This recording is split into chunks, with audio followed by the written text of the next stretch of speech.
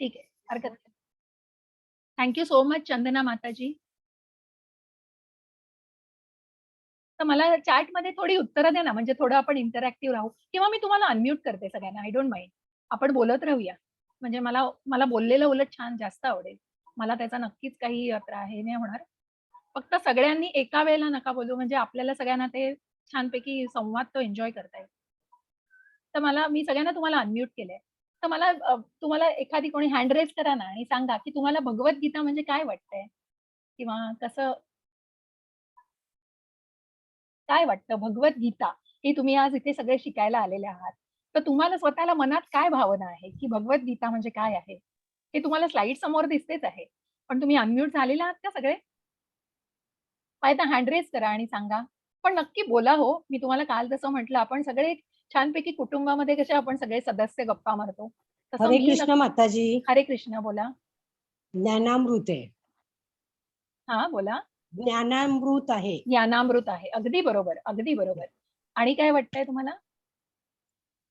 संस्कृतमध्ये जरी असलं तरी सुद्धा इतकं शुद्ध आहे ते, की ऐकताना म्हणजे प्रत्येक प्रसंगात जर आपण मधलं कुठलंही पान उघडलं ना, तरी असं वाटतं की ते सोल्युशनच आहे त्याच्यावर. अगदी बरोबर, अगदी बरोबर माताजी. कारण मी गीतेचा अभ्यास आज 5-6 वर्ष करतेय. पण अरे वाह! प्रत्येक वेळेला सगळं नवीनच वाटत असतं. अगदी म्हणजे बरोबर, ते असं अगदी बरोबर, वाटत नाही, की मी खूप आधी वाचलंय, आता काहीतरी वेगळं. असं नाही. प्रत्येक वेळेला नवीन अनुभव येत असतात. अगदी बरोबर. नव्याने प्रत्येक वेळेला त्याचा अर्थ कळतो, बरोबर ना? हो. अगदी हरे खरी गोष्ट कृष्ण. आहे, अगदी खरी हरे गोष्ट आहे. हरे कृष्ण. कृष्ण माताजी. आणि कोणाला काही बोलायचं आहे? कुणाला प्रत्येकाला काय काय वाटतं भगवद्गीतेविषयी? ठीक आहे, हरकत नाही. कुणाला बोलायचं असेल तर नक्की अनम्यूट होऊन बोला तुम्ही. तर मला सांगायची गोष्ट, की अशा या भगवद्गीतेवर आपण येतो, की भगवत आणि गीता हो, हे समोर तुम्हाला दिसलंय स्लाईडमध्ये, की प्रत्यक्ष भगवंतांनी गायलेलं गीत आहे. भगवद्गीता म्हणजे आपण हा जो प्रत्येक श्लोक, आता श्लोकामध्ये पण मी येणार आहे. मी तुम्हाला श्लोकांचं इथे मला जितकं येतं त्याप्रमाणे मी श्लोकांचं पठण करणार आहे. पण शिकवणं खूप कठीण आहे. कारण आता प्रत्येक श्लोक जर घेतला तर त्याचं शिकवणं थोडं कठीण जाईल. पण अशा प्रकारे हे भगवंतांनी गायलेलं संगीत आहे. म्हणजे या संगीताच्या माध्यमातून 45 मिनिटं हो, 45 मिनिटं ही कुरुक्षेत्रावर सांगितलेली भगवद्गीता आहे. फक्त 45 मिनिटं मग शेवटी ती कुरुक्षेत्रावर का सांगितली गेली आणि तिथेच का बोलली गेली त्याचा अर्थ तर पुढे अजून खूप वेगळा आहे. परंतु हे भगवंतांनी अर्जुनाला केलेला हा उपदेश आहे आणि भगवंतांनी गायलेलं हे गीत आहे. तर ही भगवद्गीता हा एक महाकाव्य आहे ज्यामध्ये आपल्याला सर्व समस्यांची उत्तरं आहे आणि कालचंच जे वाक्य, की ज्याला आध्यात्मिक डिक्शनरी असं म्हणता येईल, की प्रत्येक प्रश्नाचं सोल्युशन आहे तुमच्या इथे. आणि मग अशा या भगवद्गीतेचे किती चॅप्टर्स आहेत एकूण? तर एकूण 18 अध्याय आहेत. आणि याच्यामध्ये 18 अध्याय आणि 700 श्लोक आहेत. मग याच्यामध्ये आता योग या गोष्टीवर मी नंतर अजून डिटेलमध्ये येणारच आहे. पण योग म्हणजे देवाशी जोडलं जातोय. आपण प्रत्येक या माध्यमातून भगवद्गीतेच्या प्रत्येक अध्यायामधून देवाशी जुळत जाणार आहोत. आणि म्हणूनच त्याच्यातले जे पहिले 6 अध्याय आहेत, ते पहिले 6 अध्याय तुम्हाला कर्मयोगाबद्दल सांगतात. त्याच्यानंतर शेवटचे जे 6 अध्याय आहेत, ते ज्ञानयोगाबद्दल सांगतात. आणि जसं मी म्हटलं, तर तसं हे अध्याय गुंफलेले आहेत प्रत्येक एकमेकांना. आणि मग हे जे मधले अध्याय येतात, जे तुम्हाला 7 ते 12 पर्यंत हे जे अध्याय आहेत, हे तुम्हाला पूर्णपणे भक्ती योगावर सांगतात. शेवटी हे सगळं भक्तीच्या मार्गावर जाणार आहे, पण कुठेतरी याची तुलना या सँडविचची केलेली आहे हो. कारण तुम्हाला कर्मयोग भगवंत सांगतायत, की कर्माविषयी सांगणार आहेत. मग ज्ञानाविषयी पण सांगणार आहेत. परंतु कुठेतरी ते कुठल्या मार्गाने हो, तर शेवटी डिव्होशन, भक्ती. भक्तीचा हा इतका सुविद्य मार्ग आहे आणि तो मार्ग हा सगळ्याची शिडीचे सगळे जिने आहेत, ते शेवटी या भक्तीच्या मार्गावर जातात. आणि म्हणून आपण म्हणतो ना, सँडविचचं बॅटर हे अत्यंत महत्वाचं आणि ते अत्यंत सुरक्षित ठिकाणी छानपैकी ठेवलेलं असतं आणि त्याला किती म्हणजे त्याचं जे महत्व आहे ते वेगळंच आहे आणि म्हणून या भक्ती योगाला हे अशा या बॅटरचं उपमा दिलेली आहे. मग श्रीला प्रभुपाद तेव्हा किंवा मुंबईमधली कोणी लोकं तेव्हा होते त्यांच्या लेक्चरला. मग त्यांनी सांगितलं मुंबईचा वडापाव आहे तो, की वडा मुख्य म्हणजे जो पावामधले जे भक्ती योग हा वड्यासारखा, की लिटरली जे महत्वाचा भाग आहे तो अशा प्रकारे मग इंग्लिश लोक त्याला बर्गर म्हणाले आणि म्हणून अशा प्रकारे सँडविच बर्गर अशा प्रकारे त्यांनी त्याला उपमा दिलेली आहे. तर अशी ही भगवद्गीता. मग याच्याविषयी आपण आधी सांगताना थोडंसं मागे पुढे जाऊन मी आधी त्याचं सांगेन. तर ठीक आहे. तर ती अशा प्रकारे हे असे हे 18 अध्याय आहेत आणि ज्याशी अशा प्रकारे मांडणी केलेली. मग ही भगवद्गीता कुठल्या-कुठल्या विषयांवर आधारित आहे? तर थोडंसं तुम्ही याविषयी जरा जास्त याच्यावर भर द्या आणि तुम्हाला क्विझसाठी पण जसं मी तुम्हाला काल म्हटलं, की तुम्ही नुसतं क्विझसाठी नाही, तर आता तुम्हाला म्हणजे मी त्याची माहिती देईन, पण त्याविषयी जर तुम्हाला विचारलं गेलं, तर तुमच्या लगेच ते माहिती पडावं तुम्हाला लगेच आणि म्हणूनच तुम्हाला त्याची माहिती दिली. तर असे हे भगवद्गीतेचे म्हणजे या 18 अध्यायांमध्ये पूर्ण भगवद्गीता ही कुठल्या-कुठल्या विषयांवर आधारित आहे? तर पहिला विषय जो ईश्वर, परमेश्वर, जो सर्वोच्च देवत्व, कृष्ण भावना म्हणजे भगवंत, प्रत्यक्ष भगवंत, ब्राह्मण, सर्वोच्च नियंत्रक, मग त्याला वेगवेगळी नावं दिलेली आहेत. आणि पुढे आपण जाणार आहोत ते काय म्हणून शिकणार आहोत. ईश्वर म्हणजे काय आहे? तर त्याविषयी आपण नक्की जाणूनच घेणार आहोत. पण या प्रत्येक अध्यायामध्ये आणि भगवद्गीतेमध्ये सलग पूर्ण भगवद्गीतेमध्ये कुठल्या 5 विषयांचा हा सतत उल्लेख केला जातो आणि कुठल्या 5 विषयांवर भगवद्गीता पूर्णपणे आधारित आहे. तर असे हे जे 5 विषय आहेत, ईश्वर, जीव, प्रकृती, काळ आणि कर्म.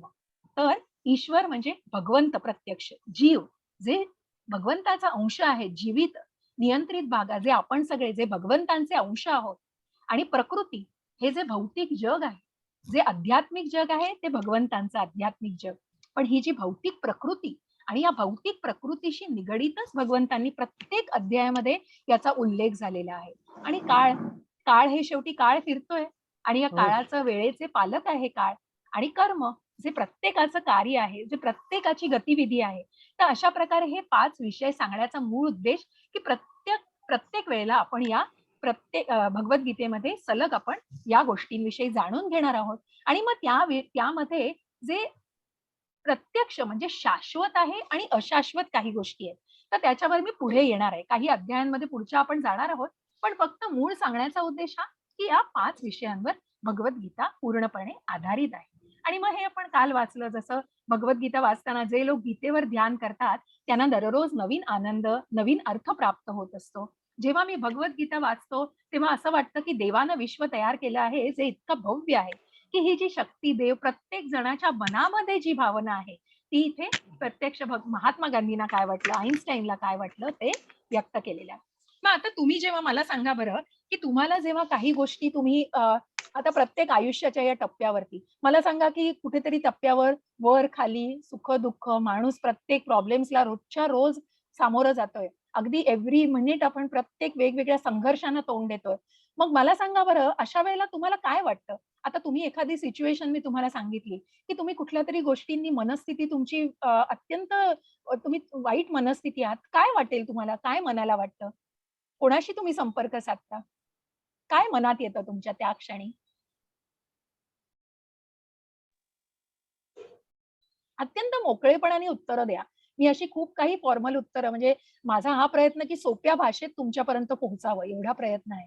तर तुम्हाला काय वाटेल? मला नक्की उत्तरं दिलीत तर मला खूप छान वाटेल तुमच्याशी संपर्क साधून बोलायला. माताजी मी बोलू का? बोला ना, नक्की. नक्की बोला. म्हणून मी अनम्यूट ठेवलंय सगळ्यांना. ज्या वेळेला असं काहीतरी प्रसंग येतो ना, तेव्हा एक गोष्ट पहिली मनात येते, की काळ हा तसाच राहत नाहीये. शेवटी काळ हाच सर्वांवरती आहे, उपाय आहे. पण बरोबर. आत्ताची परिस्थिती ही काही वेळाने नंतर बदलणार आहे. आणि त्याच्यासाठी काय असतं, की नामस्मरण हे एक मोठं शस्त्र आपल्याकडे आहे, की त्याच्या अगदी आधारे बरोबर. आपण स्वतःला खूप म्हणजे काय म्हणतो त्याला आत्मविश्वास आपला दांडगा होतो. अगदी बरोबर. माताजींनी आधीच वाचन केलेलं आहात. तुम्ही भगवद्गीतेचा अभ्यास करताय त्याच्यामुळे प्रश्नच नाही. तुम्हाला त्याचं महात्म्य आणि त्याचं महत्त्व नक्कीच माहिती आहे. अगदी पण मला बरोबर. अजून एक गोष्ट मला सांगावीशी वाटते. बोला माताजी. बोलू का? बोला नक्की. आम्ही 8वीत खूप माताजी डिस्टर्बन्स थोडा येतो. डिस्टर्बन्स येतोय. हो, हो. हां, बोलू? हां बोला माताजी. हां. मी 8वीत असताना ना, आम्हाला गदिमांची कविता होती. हे राष्ट्रदेवतांचे, हे राष्ट्रप्रेषितांचे. अगदी बरोबर. त्याच्यात 2 ओळी आहे. "येथे नसो निराशा थोड्या पराभवाने, पार्थास बोध केला येथेच माधवाने." अगदी आणि बरोबर. त्या 2 ओळी इतक्या म्हणजे 8वीत असल्यापासून त्या डोक्यात इतक्या भिनलेल्या आहेत ना, की त्यामुळे गीतेचा जेव्हा अभ्यास केला, तर गीतेचा अभ्यास करायला मी नंतर सुरुवात केली. पण बरोबर. त्या 2 ओळी इतक्या मनात ठासल्या होत्या ना, की अगदी प्रत्येक बरोबर. वेळेला असं वाटत होतं. नंतर कधी-कधी आपल्याला असं वाटतं, की हे नको, कशाला पाहिजे? अगदी बरोबर. हे हे भौतिक आहे, भौतिक आहे. पण तरी सुद्धा असं वाटायला लागतं, की जिथे चुकतंय, तिथे त्या माणसाला त्याची चूक दाखवणं गरजेचं आहे. गरजेचं कारण अन्याय सहन करणं हा पण तितकाच गुन्हा नक्की आहे ना. आपण येतोच आहे त्यामुळे पुढे हे सगळं सुद्धा याच्यावरती. आपण नक्की या त्यामुळे सगळ्यावरती हां, बोलणार आहोत. हो, हो, हो हां. माताजी. हं. नक्की. तर हरे कृष्ण. हरे कृष्ण, हरे कृष्ण. तर सांगण्याचा तेच विचारायचा उद्देश तुम्हाला सगळ्यांना, की प्रत्यक्ष भगवंत म्हणजे जेव्हा आपण या मनस्थितींमधनं जात असतो, की मला नक्की खात्री आहे, की प्रत्येक जण जो त्या ज्या ना त्या मार्गाने आणि मग तुम्हाला माहिती आहे, की महाराणी कुंती, प्रत्यक्ष महाराणी कुंतींनी सांगितलंय हो, की मला तू संकट दे म्हणजे मी तुझ्याशी कनेक्टेड राहीन, मी तुझ्याशी जोडलेली राहीन आणि मी तुला इतकं आठवेन, की मला तू संकट दिलीस, मी दुःखामध्येच तुझं जास्तीत जास्त नामस्मरण आणि तुझा जप म्हणून मला तू दुःख दे. म्हणजे प्रत्यक्ष कुंती महाराणींनी दुःखांची मागणी केलेली आहे भगवंताकडे आणि म्हणूनच भगवंत सांगतायत, की मी तुम्हाला सांगायला मार्ग म्हणून इथे भगवद्गीता हे का चित्रात दाखवलं, की सांगण्याचा उद्देश, की प्रत्येक वेळी भगवंत आपल्याशी बोलू नाही शकणार हो. जसं भगवद्गीता सांगायला प्रत्यक्ष अर्जुनाला ते आले, तसं नाही हो आपल्याला शक्य या कलियुगामध्ये आणि हं. म्हणून ही भगवद्गीता भगवंतांनी दिलेली आहे आणि मग सांगितलंय, की तू याचं वाचन कर. तुला दिलेलं आहे, पण आता तुझ्यापर्यंत तोंडापर्यंत घास आणलेला आहे. तो घास खायचा की नाही हे तुमच्यामध्ये आहे. तर त्याप्रकारे अशा प्रकारे या भगवद्गीतेचं महात्म्य आहे. मग ही भगवद्गीता काय सांगते? तर जसं भगवद्गीता मग जसं माताजी आत्ता म्हणाल्या, की हे आपल्या आयुष्याचं कुठेतरी पुस्तक आहे हो, की कसं पुस्तक आहे? तर जसं आपण एखादी एक उदाहरण दिलंय, बाजूला गाडी आहे, तर तुम्हाला एखादी गाडी आणून दिली, तर ती नुसती तुमच्या हातात गाडी दिली आहे, तर तुम्ही ती गाडी चालवू शकाल का हो? कारण त्याचं कुठे काय आहे, कुठले काय पार्ट्स आहेत, कुठे कशाप्रकारे तर त्याला एक प्रकारच्या मॅन्युअलची गरज असते. आणि कुठेतरी जेव्हा तुम्ही ती माहिती वाचाल, अच्छा कुठलीही वस्तू हो, जसं गाडी काय, तुम्ही एखादा मिक्सर आणा, तुम्हाला एखादी घरामध्ये एखादी इलेक्ट्रॉनिक वस्तू आणा, तुम्हाला प्रत्येक वेळी त्याचं कुठेतरी त्याचं पुस्तक, त्याची कुठेतरी माहिती पुस्तिका असते आणि ती माहिती पुस्तिकावरनं तुम्हाला त्याची माहिती घेणं गरजेचं असतं आणि त्याच प्रकारे तुम्ही अशा प्रकारे हे जीवनाची माहिती देणारं, हे जीवनाचं महती सांगणारं आणि आयुष्य कसं जगावं हो प्रत्येकाने, असं हे सांगणारं भगवद्गीतेचं पुस्तक आहे, की तुम्ही छोट्या-छोट्या गोष्टींना पण कशाप्रकारे हाताळू शकता आणि तुम्ही अगदी किरकोळ गोष्टीमध्ये तुम्ही कशाप्रकारे स्वतःच्या मनाला बजावू शकता, मनाचं कसं तुम्ही बिंबवू शकता मनावरती, या सगळ्याची माहिती प्रत्यक्ष भगवंतांनी दिलेली आहे. आणि म्हणूनच भगवद्गीतेचा उद्देश, त्याच्यातला विषय महत्वाचा आहे, त्याला समजून घेण्याची प्रक्रिया महत्वाची आहे, त्याचे परिणाम महत्वाचे आणि मग ते आपल्या म्हणूनच कालच्या याच्यामध्ये मी वाचलं, की एकदा भगवद्गीता वाचलीत नाही कळणार हो. दुसऱ्यांदा वाचलीत तरीही नाही कळणार. तिसऱ्यांदा वाचाल तेव्हा कुठेतरी वाटेल, की हो, आता आपल्याला वाचता येतेय भगवद्गीता. हं. चौथ्यांदा खरं. वाचाल तेव्हा वाटेल हो तुम्हाला, की आता थोडंसं कुठेतरी कळतंय आपल्याला. कळतं. म्हणून याचा उद्देश हा आहे, की तुम्ही जेव्हा प्रत्येक अध्याय जेवढे अध्याय आहे, तेवढे वेळा वाचन कराल, तेव्हा तुम्ही ती पूर्ण आत्मसात कराल. आणि फार कठीण आहे हो ते. त्याच्यासाठी खूप तप आहे. तुम्हाला तुमच्यामध्ये तेवढी ताकद, तुमच्यामध्ये तेवढं सामर्थ्य असायला पाहिजे, की हो, आपण एक नितांत आपण म्हणतो ना, कुठेतरी तो पेशन्स पाहिजे, की तुम्ही त्या श्रद्धेने त्याचं वाचन करणं गरजेचं आहे. मग आता आपण आलो, की या मुख्य गोष्टीवरती, की आपण आता भगवद्गीतेचे अध्याय जो सुरू करणार आहोत, तो अशा प्रकारे सुरू करणार, की ज्याच्यामध्ये कुरुक्षेत्रावर जसं आता आपल्याला या चित्रामध्ये दिसतंय, की हं. भगवद्गीता का हो? कृष्ण म्हणाले असते अर्जुनाला, "चल आपण एका कॉन्फरन्स रूममध्ये जाऊया आणि तिथे मी तुला भगवद्गीता आरामात बसून सांगतो." पण तसं नाही हो. ही सगळी भगवंतांची योजना आहे हो, की ही भगवद्गीता आपल्यापर्यंत पोहोचावी, ही भगवंतांची योजना आहे. आणि म्हणून जेव्हा अर्जुनानी भगवंतांना सांगितलं, की माझा रथ भगवंत सारथ्य करत होते अर्जुनाचं आणि त्या रथाला जेव्हा त्यांनी मध्यभागी आणलं, तेव्हा मध्यभागी आणल्यानंतर तुम्ही बघताय, की कृष्ण हो ते भगवंतच.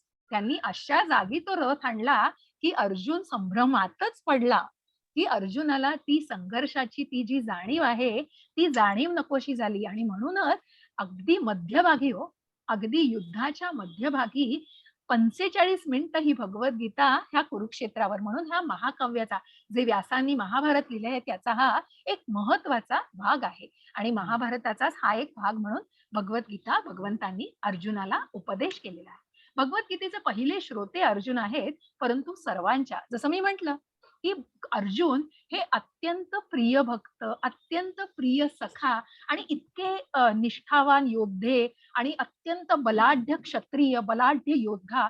परंतु परंतु का असं व्हावं हो? का जेव्हा त्यांनी सांगितलं, की मध्यभागी आल्यानंतर जेव्हा त्यांनी आपल्या आप्तजनांना समोर बघितलं, तेव्हा त्यांनी गात्र गळली हो त्यांची. कारण त्यांना त्यांचे हात थरथर कापायला लागले. त्यांच्या अंगावर शहारे आले आणि त्यांचे हात पाय चालेना आणि ते अक्षरशः त्यांचं धनुष्य गळून पडलं हातातनं. इतकी त्यांची इतकी दयनीय दुर्मिळ अवस्था झाली. का झाली? कारण हे शेवटी भगवंतांची योजना आहे हो, की प्रिय भक्त प्रिय सख्याला आपल्या कळावं, की काय म्हणजे कशाने आणि का कळावी आणि ही भगवद्गीतेच्या मार्गाने कळावं, की हे आयुष्य काय आहे आणि का संघर्ष केला पाहिजे आणि संघर्षाला तोंड कसं दिलं पाहिजे. युद्ध तू का केलं पाहिजे आहेस आणि ते अत्यंत या अवस्थेमध्ये आल्यानंतर भगवंतांनी अर्जुनाला सांगितलंय आणि मग ही अर्जुनाची अवस्था कशी झालीये हे आपण पुढे या पहिल्या अध्यायात आज बघणार आहोत.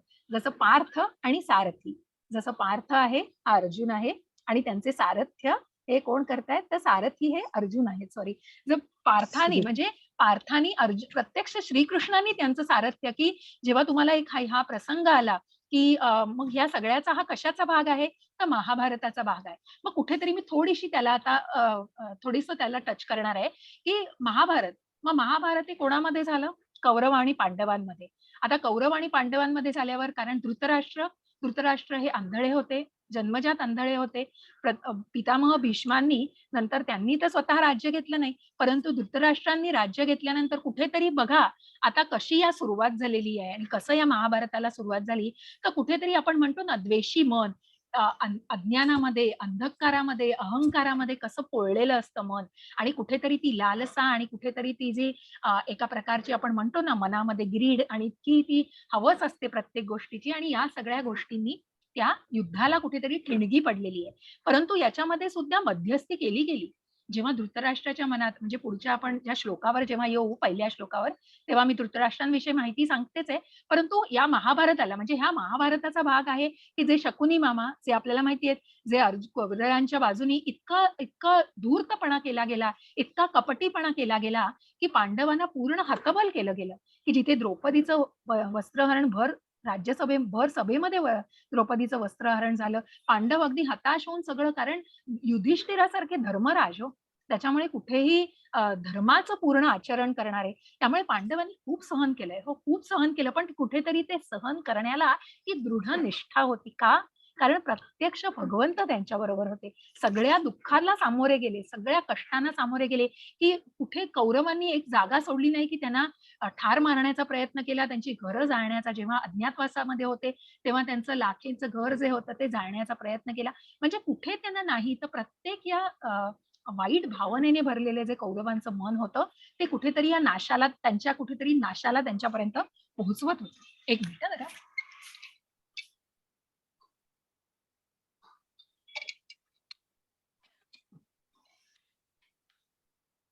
अशा प्रकारे पार्थाने या सारथ्याला आपल्या अर्जुनाला सांगितलेली भगवद्गीता आणि म्हणून महाभारतामध्ये अजून मी जेव्हा धृतराष्ट्रांविषयी बोलेन तेव्हा मी अजून पुढच्या ह्याच्यात येते की कुठेतरी या ठिणगीला प्रारंभ कुठेतरी या युद्धाला की जेव्हा मध्यस्थी केली गेली प्रत्यक्ष भगवंत गेले होते हो दुर्योधनाकडे आणि सांगितलं की हे युद्ध टाळा, हे युद्ध करू नका, पण कुठे मन दुर्योधनच हो, शेवटी दुर्योधन या नावामध्येच सगळं आहे की जो अंधकार अहंकारामध्ये आहे आणि जसं धृतराष्ट्राचं जसं जसं वडिलांची भावना होती की कुठेतरी द्यायचं नाही आपल्या भावाच्या मुलांना, त्यांनी कधीही आपल्या मुलांसारखं नाही बघितलं आणि म्हणून या पहिल्या श्लोकामध्ये तेच येणार आहे आता की ते कुठेतरी आपण म्हणतो ना ते उदाहरण देऊन म्हणणार आहे की ठिणगी पडली की आपले पुत्र आणि पांडवांचे पुत्र हे कसे वेगळे केले आणि म्हणून ही भावना की हे युद्ध व्हावं आणि आपल्या मुलांना कुठेतरी सगळं मिळावं.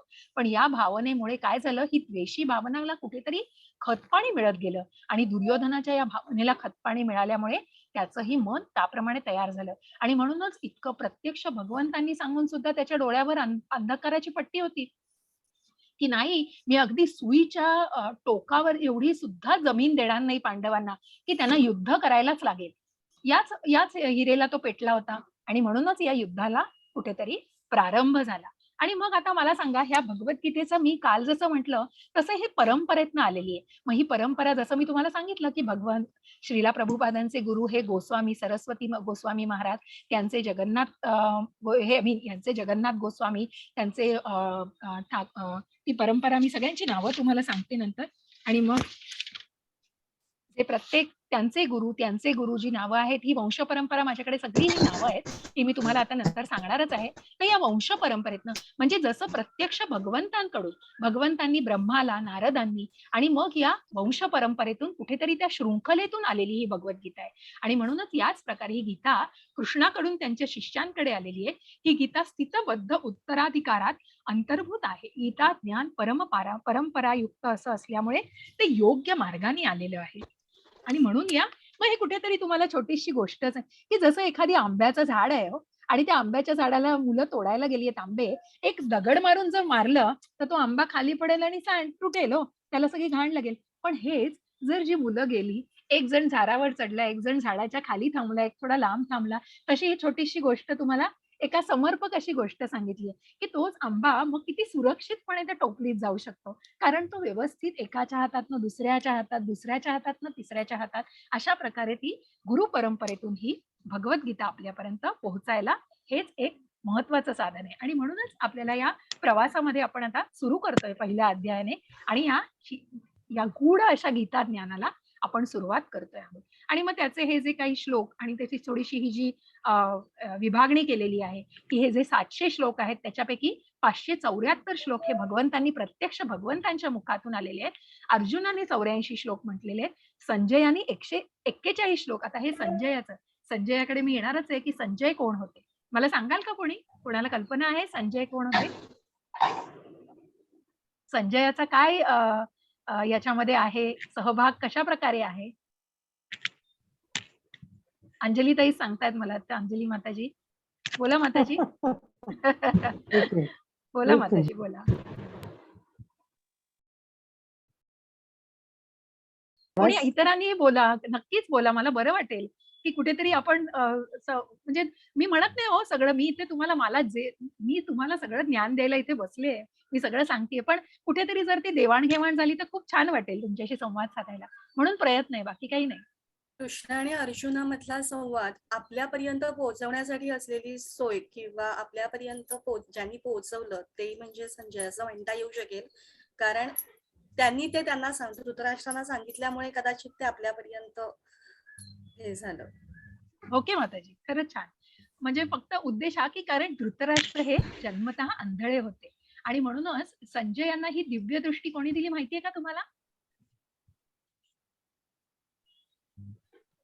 कल्पना आहे तर व्यासदेवांनी ही दिव्य दृष्टी संजयांना दिली आणि म्हणून आपण आताचं हे जे स्काईप आणि आपण आताच्या युगामध्ये हे सगळं आहे, पण अक्षरशः त्यांना कुरुक्षेत्रावर जे चालू आहे ती खडानखडा माहिती ते धृतराष्ट्रांना सांगू शकले. म्हणजे धृतराष्ट्रांसाठी ते त्यांचे सचिव असून सुद्धा त्यांना प्रत्यक्ष रणांगणावर जी चालू आहे ती माहिती पूर्णपणे संजयांनी दिली आणि संजयांचा फार मोठा सहभाग आहे आणि त्यांना पूर्ण खात्री होती हो, जिथे भगवंत अर्जुनाच्या बाजूनी आहेत, की सगळ्यांना म्हणजे धर्माचा विजय हा अक्षरशः कोणीही आपल्या तोंडाने जसं संजयानाही याची पूर्णपणे कल्पना होती आणि तुम्ही बघाल तर कितीतरी श्लोकांमधनं ती कल्पना धृतराष्ट्रांना त्यांनी दरवेळी दिलेली आहे आणि त्या श्लोकामधून तुम्हाला नक्कीच ते जाणवेल. तर अशा प्रकारे या श्लोकांची थोडीशी विभागणी केलेली मी तुम्हाला सांगितली आणि म्हणूनच अर्जुनाचा गोंधळ आणि तो गोंधळ जर नसता तर त्याला सोडवण्यासाठी कृष्णाला भगवद्गीता बोलण्याची गरजच पडली नसती. तर अर्जुन हा भगवद्गीतेचा प्रथम श्रोता असला तरी तो सर्वांच्या हितासाठी, जसं मी आधीही सांगितलं, की ही भगवंतांची योजना आहे आणि कुठेतरी अर्जुनाने असमंजस होणं आणि त्यांनी कुठेतरी संभ्रमित होणं हे भगवंतांची योजना आहे आणि म्हणूनच आपल्याला ती आपल्यापर्यंत पोहोचायला त्यांच्या संवादांमधून अर्जुन आणि कृष्णांच्या संवादांमधून ही भगवद्गीता आपल्यापर्यंत पोहोचलेली आहे. आणि श्रीकृष्णाच्या समर्पण म्हणजे काय केलं तर आता पुढे काही गोष्टी सांगण्याच्या आधी आपण तर ही एक छोटीशी गोष्ट मला सांगण्याची अगदी मी प्रयत्न करीन आहे, आपल्याकडे वेळ आहे. तर त्यामुळे मला सांगण्याचा की मी दृढ निश्चय जसं मी म्हटलं की श्रीला प्रभुपाद हे परदेशात जरी गेले तरी आज इथून तिथे जायचं आणि सांगण्याचं हे तुम्हाला हे की अक्षरशः कुठल्या कुठल्या भागात गेले की कुठे ड्रग्ज घेत आहेत लोक, कुठेतरी चुकीच्या मार्गाने जाणारी लोक आहेत, परंतु त्यांनी त्याची अजिबात तमा केली नाही आणि ते स्वतःला झोकून दिलेलं त्यांनी की आपल्याला कृष्ण भावनेचा प्रसार करायचा आहे. आपण आपल्याकडून ते द्यायचंय, समोरच्या माणसाने ते घ्यायचं की नाही हे समोरच्याने ठरवावं. आणि म्हणूनच भगवंतांनी प्रत्यक्ष जेव्हा ते त्या कृष्ण भावनेने शुद्ध मनाने गेले तेव्हा त्यांच्या मनामधलाच दृढ श्रद्धा तशी इथे मी एक छोटीशी गोष्ट सांगणार आहे हो तुम्हाला की ही चिमणी दिसतीये तुम्हाला याच्यामध्ये कुणाला तुम्हाला चिमणी दिसतीये का? ही छोटीशी चिमणी ऍक्च्युली झाकली गेली आहे तर इथे एक चिमणीचं चित्र आहे बरं का. आणि ही चिमणी या सागराच्या किनाऱ्यावर, समुद्र किनाऱ्यावरती अंडी टाकते बरं का. या चिमणीचा कृष्णावर अत्यंत जीव आणि ही कृष्ण भक्त चिमणी अत्यंत. तर ती आपल्या समुद्राच्या म्हणजे या समुद्राच्या किनारी अंडी टाकते. आता साहजिक आहे की समुद्र किनारी अंडी टाकल्यानंतर त्या समुद्राच्या ज्या लाटा येतील त्या लाटेबरोबर ती तिची वाहून अंडी जाईल. नक्कीच वाहून जाणार हो. परंतु ती चिमणी एवढीशी पण तिच्या मनातली कृष्ण भावना इतकी प्रचंड प्रखर असते की ती त्या समुद्राला धमकी देते की तू आता ती जातात हो लाटेबरोबर. दुसऱ्या दिवशी तिची अंडी लाटेबरोबर गेलेली असतात. पण ती चिमणी इतकी दृढतेने सांगते की तू अंडी माझी घेऊनच जाऊ शकत नाहीस आणि तू जर माझी अंडी परत केली नाहीस तर मी तुला रिकामं करीन. एवढूशी चिमणी, एवढूसा तो जीव, पण एवढ्या मोठ्या सागराला धमकी देते हो ती. कारण का? कारण कुठेतरी मनात खूप भावना आहे. मनात खूप दृढ भावना आहे, की कृष्ण माझ्या बरोबर आहेत, भगवंत माझ्या बरोबर आहेत आणि ते माझ्या अंड्यांना काहीही होऊ देणार नाहीत. आणि ती भावना इतकी प्रखर आहे, की वरून गरुड महाराज चालले होते. जे बघतात, योजनाच असते हो शेवटी ती एवढी शुद्ध भक्त कृष्णाची, तेव्हा तिच्या मदतीला धावूनच येणार भगवंत. प्रत्यक्ष गरुड महाराज येतात, जे भगवंतांचं वाहन आहे आणि ते बघतात, ते म्हणतात, "अगं एवढीशी ती तू सोडून दे, ते नाही देणार सागर." ते म्हणते, "नाही, त्या सोडून देणार नाही, मी ही रिकामं करीन." जेव्हा गरुड महाराज तिचा हा एवढूसा तिच्यातला हा आत्मविश्वास बघतात, तेव्हा ते तिच्यावर प्रसन्न होतात आणि ते स्वतः मग समुद्राला धमकी देतात, "तू तिची अंडी परत कर, नाहीतर मी तुला रिकामा करीन." अशी ही प्रकारची दृढ भावना, की तुमच्या मनामध्ये तो आत्मविश्वास दिसू दे, की तुमच्या बरोबर भगवंत आहेत. तुम्ही कष्ट करा, काम करा, भगवंत आहेत आणि भगवंत निश्चितच तुम्हाला मदत करणार आहेत. आणि मग भगवद्गीतेवर आपला विश्वास.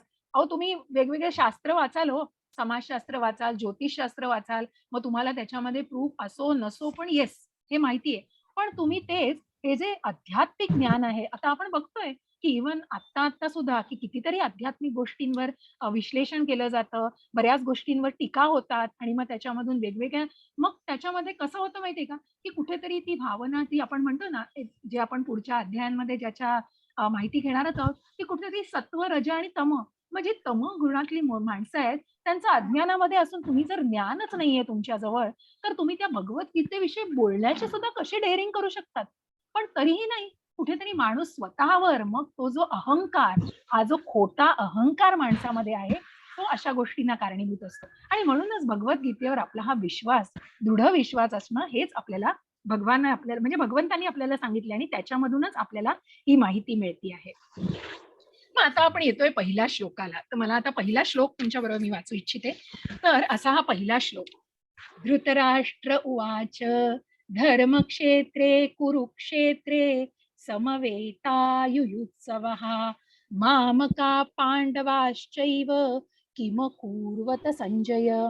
धृतराष्ट्र म्हणाला, हे संजया, म्हणजे पहिल्या अध्यायामध्ये तुम्हाला सांगण्याचा उद्देश हा की तुम्ही बघाल की भगवद्गीतेची सुरुवात झालेली आहे, पण तुम्ही पूर्ण पहिला अध्याय बघाल तर श्रीकृष्ण काहीही बोललेले नाहीये. पहिल्यांदा धृतराष्ट्रांनी सुरुवात केलेली आहे, जी कुठेतरी एका त्या गोष्टीला सुरुवात होण्यासाठी आहे आणि त्या गोष्टी त्या श्लोकाला का महत्व आहे हे आता मी थोडक्यात तुम्हाला सांगणार आहे.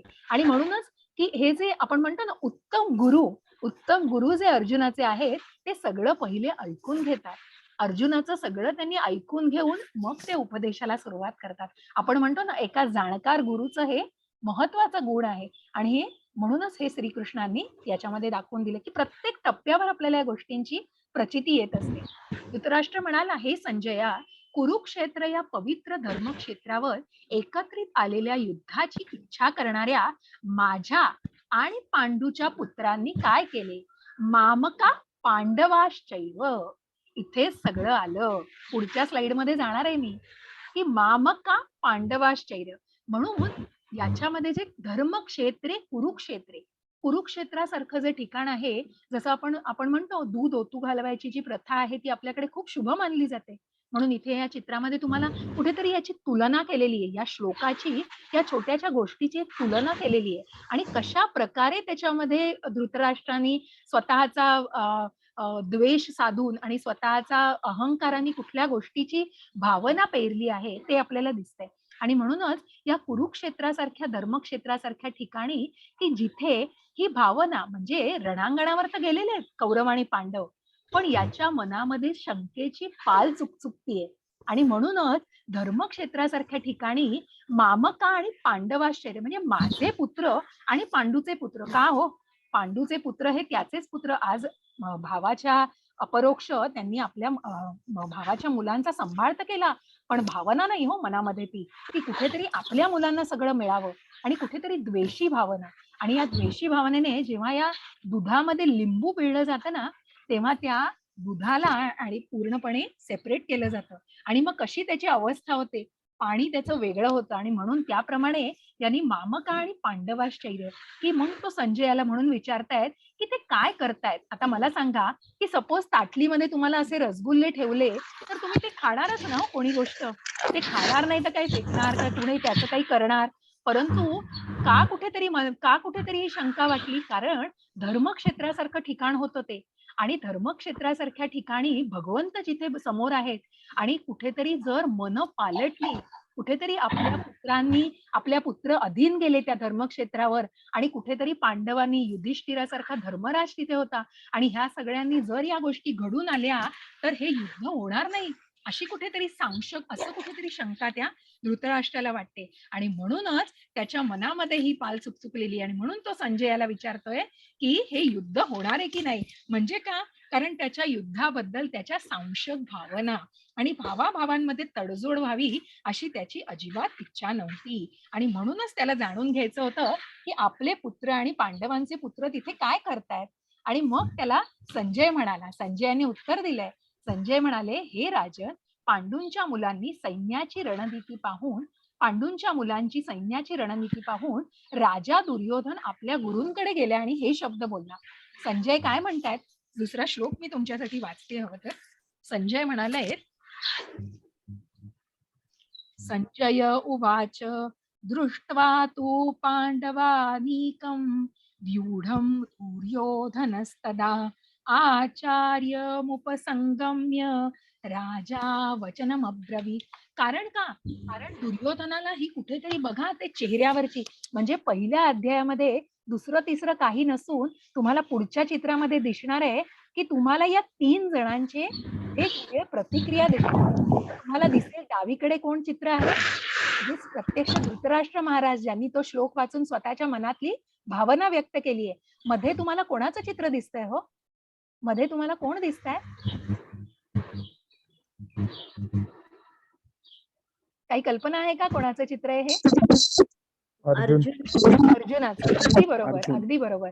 आणि अगदी माझ्या इथे उजव्या बाजूला कोण आहे?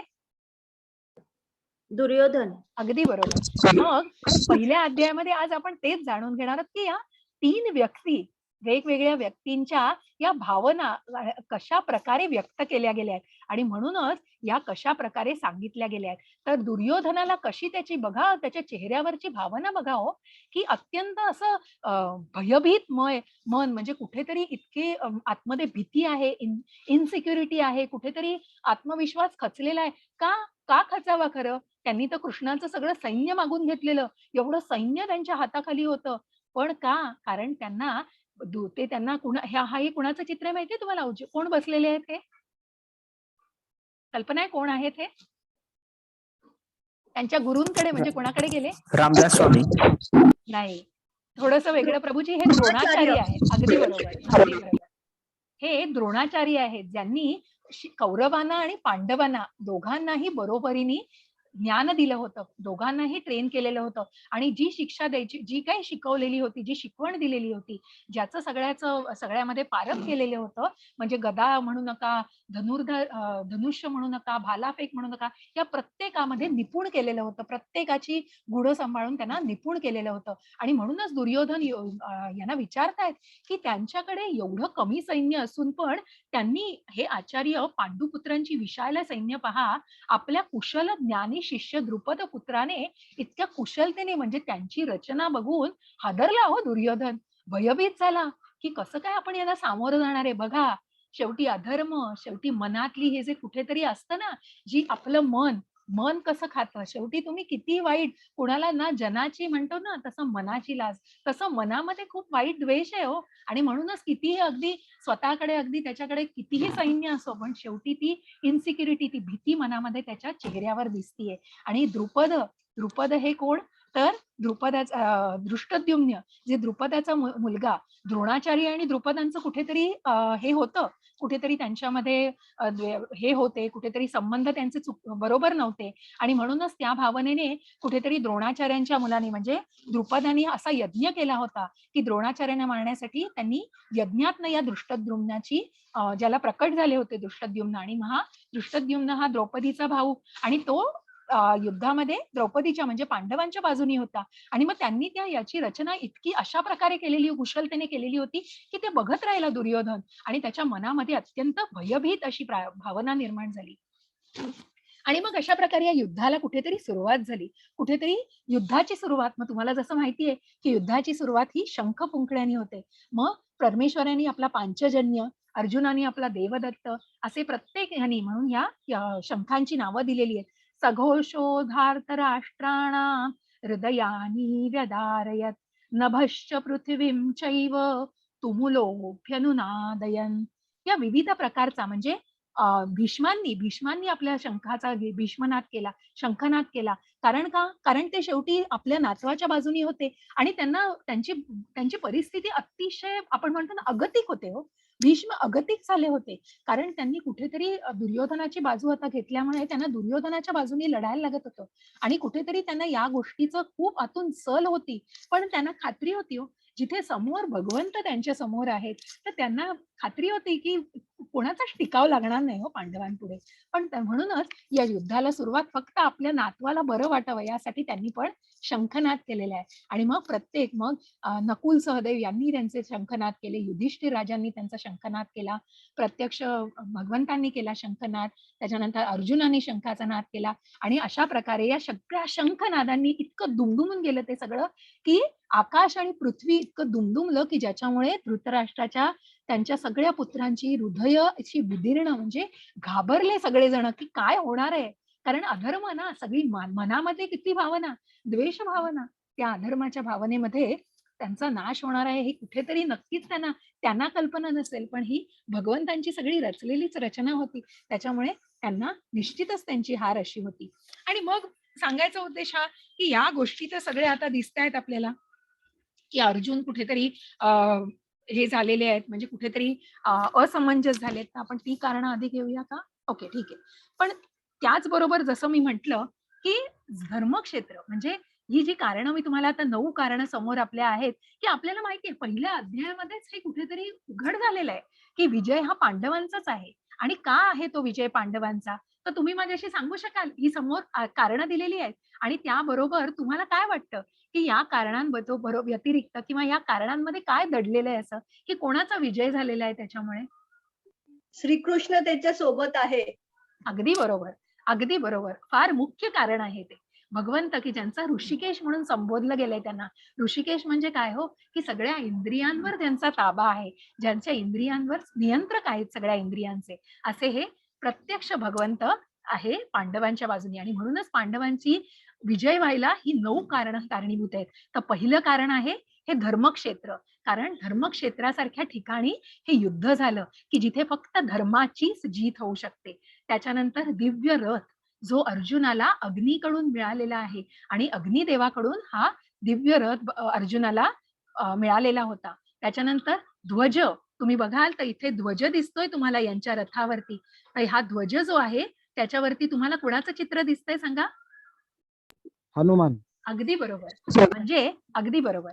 जसं मी तुम्हाला म्हटलं की सत्ययुग त्रेतायुगामध्ये प्रभू रामचंद्रांना जसं हनुमानाने दास्यत्व केलंय आणि हनुमानांचा अगदी जिथे राम तिथे हनुमान असं जे अगदी आहे संज्ञा त्याप्रमाणे आता या द्वापार युगामध्ये सुद्धा भगवंत श्रीकृष्ण आहेत त्याच्याबरोबर हनुमान सुद्धा आहेत त्या रथावर झालेले आहेत स्वार आणि त्याच्यामुळे अर्जुनाला कपिध्वज केलेला असा हा ध्वज आहे. त्याच्यामध्ये प्रत्यक्ष हनुमंत पण त्यांच्या पाठीशी आहेत. त्याच्यानंतर गांडीव धनुष्य याला सुद्धा हे गांडीव जे धनुष्य आहे ते सुद्धा अत्यंत पवित्र असं धनुष्य त्यांना आहे. त्याच्यानंतर हे पशुपसास्त्र म्हणजे त्या अस्त्राला पण तितकंच महत्व आहे. त्याच्यानंतर त्यक्त जीविता. आता ही त्यक्त जीविता म्हणजे काय की त्यांच्या बरोबर हे जे सैन्य आहे ते जीव द्यायला आपल्या जीवाचीही पर्वा करत नाहीयेत, की आज हे युद्ध जिंकण्यासाठी आम्ही आमच्या जीवाची पर्वा न करता आम्ही इथे रणांगणावरती घायाळ झालो आणि आमच्या जीवाचं काही बरं वाईट झालं तरी चालेल, आम्ही जीव द्यायला तयार आहोत. आणि तीच त्यक्त जीविता ही भगवंतांच्या अर्जुनाच्या पाठीशी आहे. आणि मोक्ष एकादशी जो दिवस होता, ज्या दिवशी या युद्धाला सुरुवात झाली, तो दिवस ही आज पण एकादशी आहे. खूप छान योग घडून आलेला आहे. आज कामदा एकादशी आहे आणि आजच आपण आपल्या पहिल्या अध्यायाला सुरुवात केलेली आहे. खूप छान योग वाटला. मला सकाळीच अगदी खूप छान वाटलं, की चला आज आपला पहिला अध्याय आणि एकादशीने सुरुवात झालेली आहे. तर या एकादशीला मी एकादशीचं महत्व टाकेन ग्रुपवर तुम्हाला. पण या एकादशी हा कृष्णाचा खूप आवडता दिवस आहे आणि या मोक्ष एकादशी या दिवशी या भगवद्गीतेचा वाढदिवस म्हणजे दर तुम्ही म्हणाल तर मोक्षदा एकादशी जेव्हा येते वर्षातनं त्या भगवद्गीतेचा त्या दिवशी गीता जयंती जी आहे तुम्ही बघितली नोव्हेंबरमध्ये गीता जयंती साजरी केली जाते आणि म्हणूनच या एकादशीचं महत्व हे असं आहे. त्या दिवशी एकादशी असल्यामुळे विजय कसा पांडवांच्या बाजूनी होता. भाग्यलक्ष्मी हो, जिथे भगवंत तिथे भगवंतांची पत्नी, जिथे लक्ष्मी म्हणजे जिथे आपला आहेत पती आहेत तिथे लक्ष्मी आहे, जिथे लक्ष्मीचा वास आहे तिथे नक्कीच पूर्णपणे यशाची प्राप्ती आहे. आणि म्हणूनच भगवंतांबरोबर जिथे भाग्यलक्ष्मीचं पण वास्तव्य आहे. आणि ऋषिकेश जे तुम्ही म्हणालात भगवंत प्रत्यक्ष त्यांच्या बरोबर आहे आणि असे हे ऋषिकेश म्हणजे ज्यांचा आपल्या इंद्रियांवर सगळ्या इंद्रियांवर ताबा आहे असे हे ऋषिकेश त्यांना म्हटलेलं आहे. इथे ऋषिकेश म्हणून संबोधलं आहे. तर अशा या 3 व्यक्तींची या पहिल्या अध्यायामध्ये या 3 व्यक्तींच्या प्रतिक्रिया केलेल्या आहेत, की अर्जुन विषाद, मग हा विषाद का त्याच्या मनामध्ये आला हे आपण पुढे आता येणार आहोत. एक शेवटचा छोटा भाग राहिलाय, एक 5 मिनिटं द्या मला, आपण नक्की अध्याय लवकर संपवतोय. आणि मग धृतराष्ट्र, अर्जुन आणि दुर्योधनाची किती दयनीय अवस्था झालीये, पण अर्जुनाच्याच अवस्थेवर आता येणार आहे आणि अर्जुन विषाद झालेला आहे इथे. अर्जुनाने पहिल्या अध्यायाच्या शेवटी सगळी गात्र त्याची अक्षरशः म्हणजे त्याची दुर्मिळ अवस्था झालेली हो. अगदी का अशी अवस्था झाली भगवंत बघतायत, की तो त्याच्या डोळ्यात तुम्ही बघाल इथे त्या स्लाइड मध्ये बघा त्याच्या डोळ्यात पाणी आलेलं आहे हो.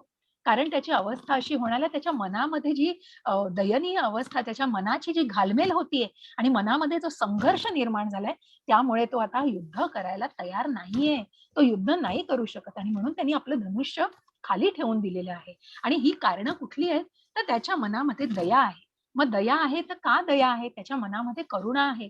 आपले आप्तजन हो, आपले आप्तजन आपण ज्यांच्याशी लढून काय करणार आहोत त्यांच्याविषयी त्यांना करुणा वाटते. त्यांच्या मनामध्ये अत्यंत करुणेची भावना आहे की नाही लढू शकत आपण आपल्या आप्तांशी. कृष्णांनी अशा जागी त्यांचा रथ नेलाय की समोर त्यांचे पितामह दिसतायत, समोर त्यांचे गुरु द्रोणाचार्य दिसतायत, त्यांचे काका दिसतायत, त्यांचे मामा, त्यांचे वेगवेगळे जे त्यांचे भाऊ दुर्योधन, जरी तो इतका द्वेषाने पेटलेला असेल तरी अर्जुनाच्या मनातली भावना, कारण तो एक शुद्ध भक्त आहे हो आणि तो एक योद्धा असला तरी त्याचं मन हे खूप निर्मळ आहे आणि या निर्मळ मनामध्ये फक्त चांगलीच भावना असू शकते आणि म्हणून त्याच्या मनामध्ये दयेची भावना आहे. आणि मग त्याला या सगळ्यात आनंद नाही वाटत आहे. तो हे नाही एन्जॉय करू की मला हे राज्य हवंय म्हणून मी दुर्योधनाला आणि त्यांच्या कौरव माझ्या बांधवांना मारू शकत नाही, मला त्याच्यात नाही आनंद मिळू शकत आणि मी कुठलाही आनंद घेऊ शकत नाही या युद्धापासून. आणि म्हणून त्याला हे जे युद्ध करणं हे पाप वाटतंय. कारण मी कुठेतरी माझ्या गुरूंना मारेन, माझ्या गुरूंची जर मी लढलो आणि त्याच्यामध्ये जर मी त्यांना ठार मारलं तर मी कुठेतरी पाप करतोय आणि हे पाप घेऊन मी नाही जगू शकत आयुष्यभर. आणि असं हे पाप करणं त्याला चुकीचं वाटतंय. त्याच्यानंतर पारिवारिक परंपरा, मग ही परंपरा खंडित, कारण जे कोणी योद्धे या युद्धामध्ये करतायत, लढतायत त्यांच्या वंशाचं काय?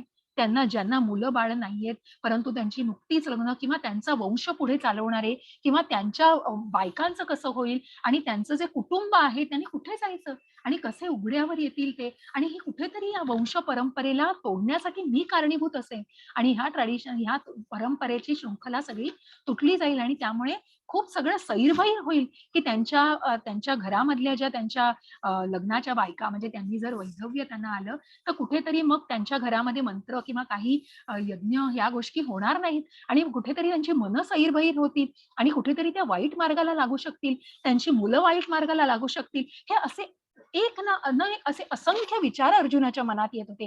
कारण की या गोष्टीला फक्त मी कारणीभूत असेल, कारण हे युद्ध मी करतोय आणि हे युद्ध केल्याने जर एवढं सगळं होणार असेल तर मी या पापाचा वाटेकरी नाही होऊ शकत. हे पाप मी माझ्या डोक्यावर नाही घेऊ शकत. आणि म्हणून तो कुठेतरी सर्वात शेवटचं कारण की तो असमंजस झालेला आहे आणि तो संभ्रमित झालेला आहे. तो नाही, त्याला युद्ध करावं की नाही, आता मी हे युद्ध नाही करू शकत. परमेश्वराला पूर्णपणे तो शरण येणार आहे आणि तो म्हणणार आहे की मी नाही हे युद्ध करू शकत. आणि म्हणूनच या युद्धाची ही कारणं सांगितलेली आहेत. आणि आपण अशा प्रकारे या 5 म्हणजे आज एका पहिल्या अध्यायाच्या शेवटी आपण हेच लक्षात घेतोय की अर्जुन हा त्याचं मन विषण्ण झालेलं आहे आणि या विषण्ण भावनेने तो पुढे जाऊ शकत नाही. आणि म्हणूनच आता आपण दुसऱ्या अध्यायापासून आपल्याला भगवंत प्रत्यक्ष त्याला उपदेश करणार आहे आणि कुठेतरी या भगवद्गीतेच्या अमृतपानाला प्रत्यक्ष उपदेशाला आपण उद्यापासून सुरुवात करणार आहोत. अशा प्रकारे हे या पहिल्या अध्यायाचं सार आहे. आणि या पहिल्या अध्यायामध्ये हे काही जे प्रश्न आहेत हे तुम्ही जाणून घ्या की हे तुम्हाला क्विज मध्ये नक्की विचारले जातील की ही 9 कारणं कुठली आहेत. तर 9 कारणं तुम्ही नक्की लक्षात घ्या. ही 9 कारणं आपण परत एकदा धर्मक्षेत्र, त्याच्यानंतर दिव्य रथ, त्याच्यानंतर कपिध्वज, शंखनाद, गांडीव धनुष्य, त्यक्त जीविता, मोक्षदा एकादशी, प्रत्यक्ष भाग्यलक्ष्मीचं वास्तव्य आणि प्रत्यक्ष ऋषिकेशांचं तिथे असणं, हे 9 कारणं हे त्यांच्या जिंकण्याला, पांडवांच्या जिंकण्याला कारणीभूत होते.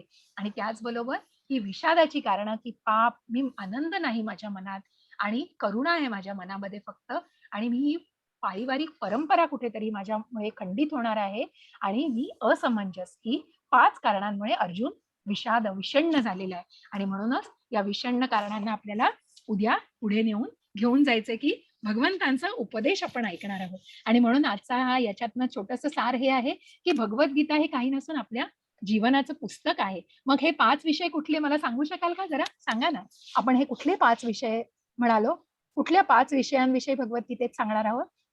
ईश्वर, बरोबर, जीव, जीवित, बरोबर. प्रकृती, काळ आणि कर्म. अगदी बरोबर माताजी, अगदी बरोबर. खूप सुंदर, खूप सुंदर. ताई, एक विचारू का? बोला त्याला ना. माहिती आहे की तो युद्ध करायला आलेला आहे आणि हो. अशा वेळेस त्याला माहितीये तो कोणाशी युद्ध करतोय, तरी सुद्धा तो का एवढा खेद झाला त्याला? प्रत्यक्ष पाहिल्यावर का बरं एवढा परिणाम झाला त्याच्यावर? माताजी, आपण येतोय प्रश्न उत्तरावर, पण मी नक्कीच सोडणार नाही तुम्हाला. पण माताजी, ही रचना आहे हो, ही भगवंतांची योजना आहे सगळी.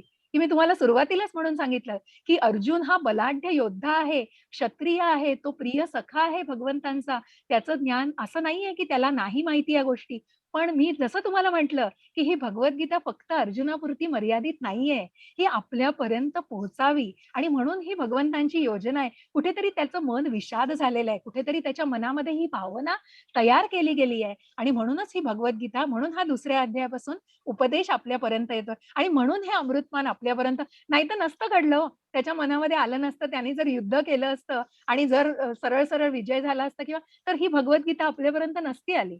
आणि आपल्याला आणि दिसतंय. हा, बोला एक ना. अजून विचारायचंय की एवढे 5 जण होते तरी अर्जुनाला का सांगितली? तो का एकटा सांगितली? श्रेष्ठ भक्त आहे का? अगदी बरोबर. श्रेष्ठ भक्त आहे म्हणजे याचं कारण अगदी बरोबर तुम्हीच सांगितलंय की हो, अर्जुन हा जो भगवंतांचा सखा, म्हणजे प्रत्यक्ष भगवंतांनी त्याला जेव्हा, कसं आहे की युधिष्ठिर होते की जे धर्मराज, जे प्रत्यक्ष धर्माचं प्रतीक आहे, जे कधीही खोटं, म्हणजे त्यांना खोटं बोलायला, अश्वत्थामाची तुम्हाला माहिती असेल युद्धाच्या ठिकाणी की हत्तीचं आहे, अश्वत्थामा हत्ती गेला, पण अश्वत्थामा गेला म्हणून तयार नव्हती, मनाची त्यांची जीभ होणारच नाही. कारण ते धर्माचं एक प्रतीक होते प्रत्यक्ष.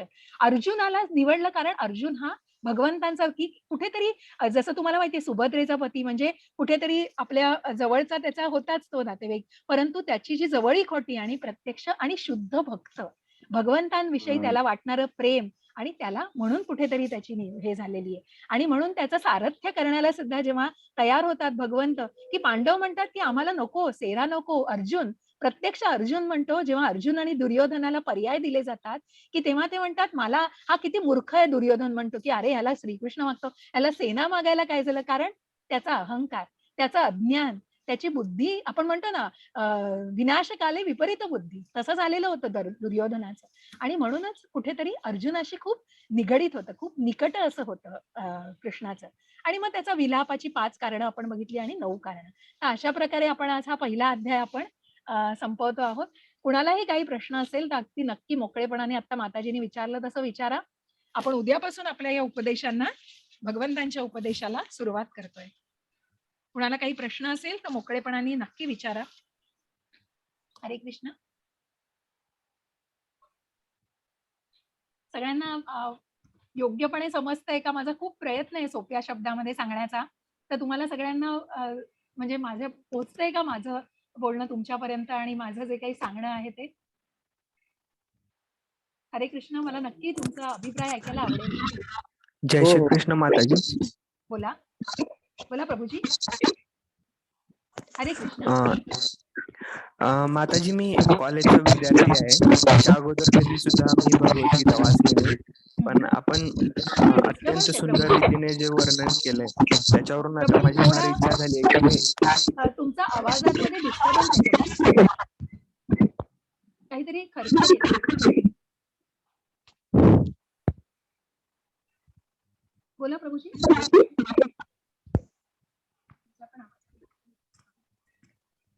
हरे कृष्ण. बघा आता प्रयत्न करा.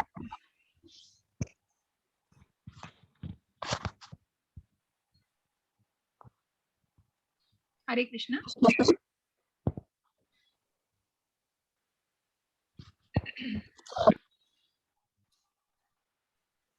रेणुका माताजी बोला.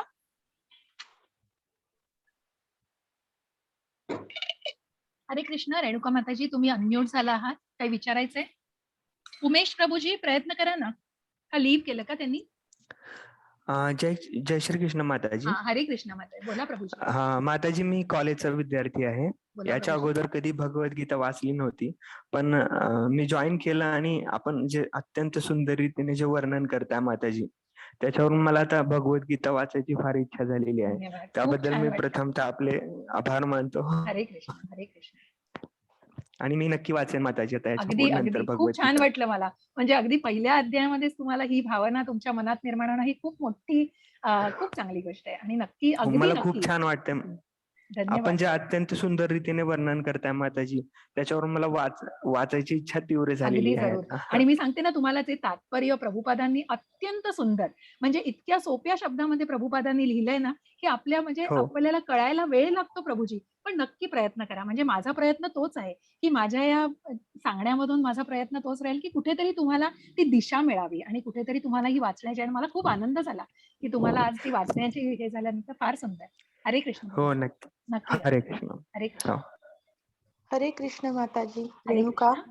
हो बोला. बोला माताजी. आता मध्ये जे आपल्या काही नोट्स दिल्या की ज्याच्यामध्ये अर्जुन विषण्ण झाल्याची 5 कारणं किंवा हो, हो. भगवद्गीतेचा विजय होण्याची कारणं बरोबर. ह्या सगळ्याच्या पीडीएफच्या नोट्स जर तुम्ही ग्रुपवर शेअर केलात ना तर आणखी आम्ही जे भगवद्गीता अभ्यास करणारे आहोत अगदी नक्की. तुम्हाला खूप छान प्रत्येक पीडीएफ प्रकारे रोजच्या रोज शेअर होणार आहे माताजी.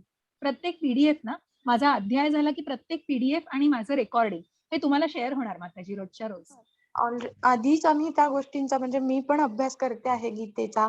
माझे 1-2दा वाचले गेले आहे. खूप छान. बऱ्यापैकी समजली. अजून बरीच समजत नाहीये. बऱ्याच त्याच्यामध्ये काही गोष्टी खूप गूढ आहेत. हो, त्याच्यामुळे त्या खरंच आहे. गोष्टी समजायला तुमच्या नोट्समुळे कदाचित हेल्प होईल. म्हणून तुम्हाला ही गोष्टची रिक्वेस्ट की त्या पीडीएफ खूप छान पाठवा आणि गीतेचा अभ्यास लवकर क्लिअर व्हावा असं. नक्की, नक्की माताजी. आणि हे पीडीएफ आणि रेकॉर्डिंग मी तुम्हाला नक्की पाठवते. मला वाटतं मी तुम्हाला आज आपल्या ग्रुपवर मी टाकलं पण आहे प्रत्येक अध्यायाचं. म्हणजे तुम्ही आधीच वाचून ठेवावं म्हणून मी प्रत्येक पीडीएफ टाकलंय बघा मी आज ग्रुपवर. तुम्ही जर अच्छा. बघाल ना तर मी टाकलंय. पण मी तरी पण एकदा परत बघते आणि मी नक्की परत टाकीन आणि तुम्हाला रेकॉर्डिंगही मिळेल आणि तुम्ही नक्की म्हणजे हेच एक मुख्य उद्देश आहे माताजी आणि तुम्ही नक्की पुढच्या लेव्हल्सचा अभ्यास करा. फक्त आत्ता काय आहे कोइन्सिडेंटली आपलं अजून मराठीत पुढची लेव्हल नाही सुरू झाली. पण त्याच्यामध्ये मी स्वतः करते इंग्लिशमधनं अभ्यास. तर आपल्याला पुढच्या लेव्हल्स ज्या आहेत त्या नक्की तुम्ही लोकं पुढे जा. म्हणजे हे केल्यानंतर तुम्हाला एक छोटीशी जी कल्पना येते ती गोष्ट तुम्हाला जसं आता उमेश प्रभूजी म्हणाले, की अगदी बरोबर, की तुम्ही तुमच्या पुढच्या वाटचालीसाठीच माझा हा प्रयत्न राहणार आहे. मी खूप सखोल नाही जाऊ शकत प्रत्येक दिवसामध्ये. खूप कारण आपल्याला छान कुठेतरी सांगताय तुम्ही. खूप कमी वेळामध्ये खूप छान वेळेचं सांगता बंधन. आहात. पण धन्यवाद. तुम्हाला म्हणजे ती भावना तुमच्यापर्यंत पोहोचावी हा माझा अगदी मूळ उद्देश आहे. बाकी काही नाही. हरे कृष्ण. जय श्री कृष्ण. हरे कृष्ण. अजून आहे कोणाला काही प्रश्न?